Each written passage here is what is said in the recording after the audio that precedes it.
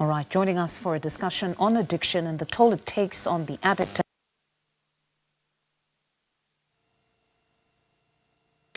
since the age of 14, Ms. Thabile Ntai. Good evening, Thabile. Thank you very much for joining us on the program. Now, we understand that Kabelo has been sober, your 19-year-old that is, has been sober for the last couple of months and has joined a drug awareness campaign. But take us through his story, being exposed to drugs at the age of 14. Okay, thank you so much for having me. Good evening. Kabelo started using drugs when she was 14, she says. Actually, she started by using daga, which is matekwane marijuana.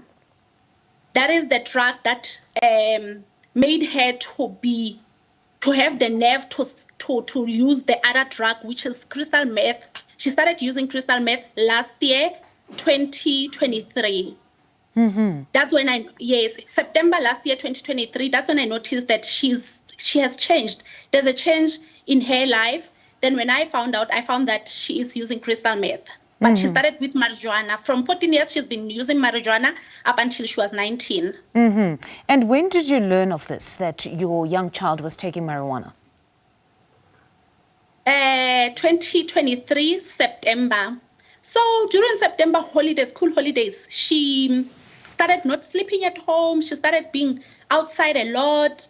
And then school holidays, she was not at home for the longest time. Then I received a visit at work from a lady who told me that she was with her son, who is using crystal meth, and I need to come and collect her at her house. That's when I learned that she's actually using drugs. I thought it was just stage. She's on stage. Maybe she's just sleeping out because she got a boyfriend. But no, it was more than that. And what toll has it taken on the family, just this drug abuse? Oh, I have a 13-year-old who is in primary. She's saying other kids will be asking her if she's also using. And also financially, it impacted me because I had to take her to rehabilitation centers and I had to go out there, ask for help from people, talking to my colleagues, my brothers, and there were fights there and there between me and my relatives because some of them did not want to help me and I took it with heart. And another thing is I had depression. Now I was unable to fully give this younger one my full attention. So it really impacted my family in a very negative manner. But on the rehabilitation centers, how accessible are they? Because you're speaking here of you having to take from your pocket to take her to rehab. So in the one I took her to, the rehabilitation center that I took her to, I learned later that it is not a registered rehabilitation center. So I tried booking her space in a government rehab. However, the procedure is she needs to volunteer. She needs to consent for the government rehab to accept her at a government rehabilitation center. I then took her to another rehabilitation center in Limpopo. Okay, pardon me for interjecting there, but the consent that they sought, is it because she was now over the age of 18? Is that the reason?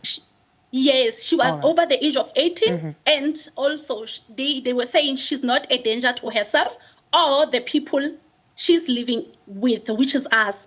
So for them to accept her as an involuntary rehab, she needs to be a danger to herself or the people living with, or she needs to be underage, yes. Okay. So you eventually couldn't take her to a government-registered rehabilitation center. You then found a private one. But you later established that the private one is not registered. Correct. So at that private one, she was abused. She was raped. Oh, my She was goodness. tortured. Oh. Yes, she was tortured. There's a whole lot of things that were happening. She was beaten. A whole lot happened there. So I had to remove her. And then government, that's when it intervened, and then she was taken to a government rehabilitation center later. Has the perpetrator been arrested? The perpetrator is not arrested as yet. Why? I really don't have a reason because there are a lot, everyone who was at that rehabilitation center was beaten is a victim because they were all beaten, they were all tortured. And cases were opened, but nothing is yet happened. All right, most certainly we'll try and get our producers to look at that, and perhaps we can bring the police department, or at least the SABC, to come and explain to us what exactly has happened insofar as the investigations around that matter is concerned. But beyond this now, Thabile was due to be part of this interview, and we understood that Thabile has been sober for a couple of months, participating in campaigns. What is the reason that Thabile has decided to pull out of this interview? Are there any changes to the sobriety status? Today, she woke up not feeling well, but I never thought it would be that bad. I came to work, then I checked her, telling her that we will be doing the interview from my workplace. And she told me that she has started vomiting. She's really not feeling well. Oh, sure. So I really could not force her to do it. But yeah, she said she started vomiting. So.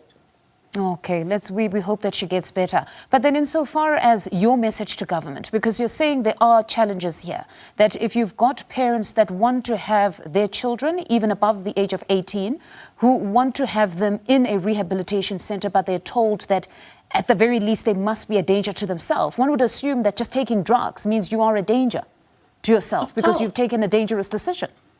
Of course. You know, I would like to say to government, these people, when they are using, they can't think for themselves.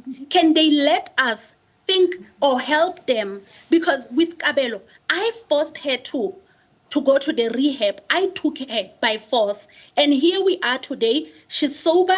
She's thanking me. And she's saying, she's thanking me that if I did not take her there, she wouldn't even in a single day say she wants to go to the rehab. Now, I would like to ask the government to go back to their decisions and look into it. Involuntary rehabilitation must be implemented whether you are old or young.